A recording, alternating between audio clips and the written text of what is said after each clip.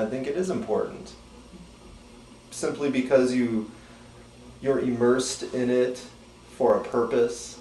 You get to work with your peers, and there's history. You learn a lot, and it's important to get that kind of education. Bravo, Paul. I feel strongly about it. I have to speak up, being the only one who hasn't gone to art school. But there are advantages and there are certainly disadvantages. But one of the advantages is you're really free to pursue your heart. And it's all instinctual. You can learn as much as you want. You make mistakes. You have to, I think it's up to the artist, you have to grow with it. And it depends on what you set as your ideal, your models. But you don't have rules, and sometimes rules can be constricting. On the other hand, sometimes you have to reinvent the wheel, and there are things that you don't understand. So it's maybe a handicap, but it's not. It doesn't. It shouldn't prohibit you from growing as an artist and surviving as an artist. I would say that, well, art exists at many different levels, just like we have many different verbal languages. Many of us can't understand certain types of art, just like many of us can't understand Chinese.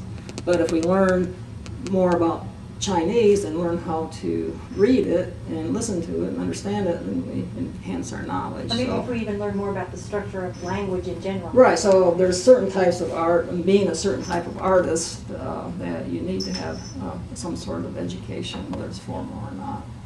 Another aspect is, I think, history and criticism and the evolution of art is something that's important for many levels of the artist strata.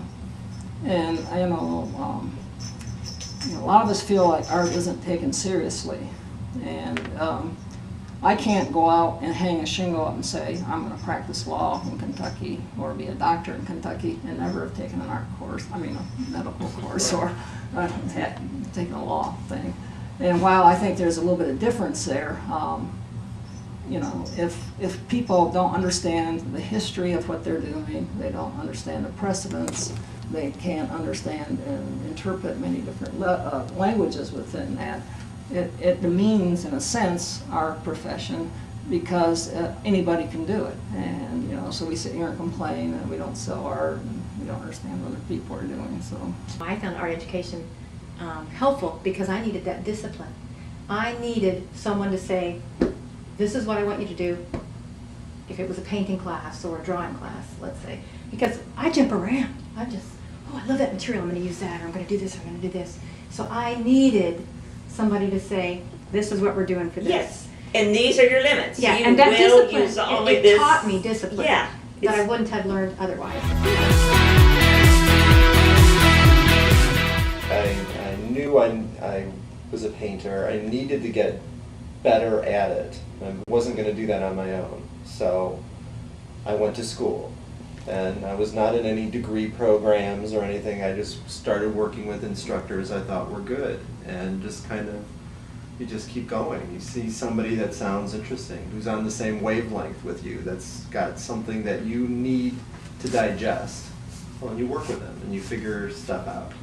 And then because everything is a source of knowledge on one level. When I decided I would be a printmaker, it hit me when I saw a viscosity print show from Eastern Europe, and I was just enthralled with it.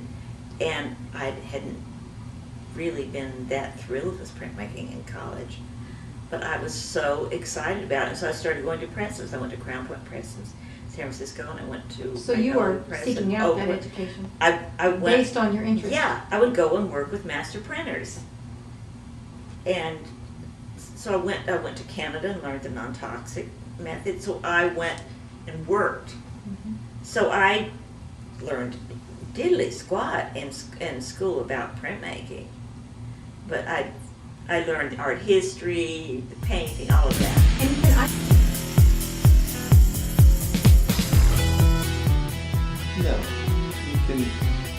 teach Structure. techniques and you can teach how to paint, but being an artist is something that evolves in somebody. That's not what she said. She said, can art be taught? No. Well, it can sort of be teased. It's like, You either are or you're. I You agree need with the you. fiber in you to no, be no. an artist, and you can I agree with expose you. people to art and Okay, make them. You're talking about And now- artist as opposed, Oh, can okay. you teach someone to be an artist? No. Can you teach art as far as form and structure? Yes. Theory. Okay, yeah, I think- Yes, you yeah. can So teach she's- art, but that doesn't mean you're No, you're right, making you're right. an I artist. think What art- did you mean? Art chooses you. You don't Yeah. choose art.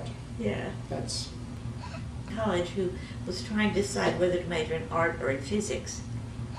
And I said, physics, of course.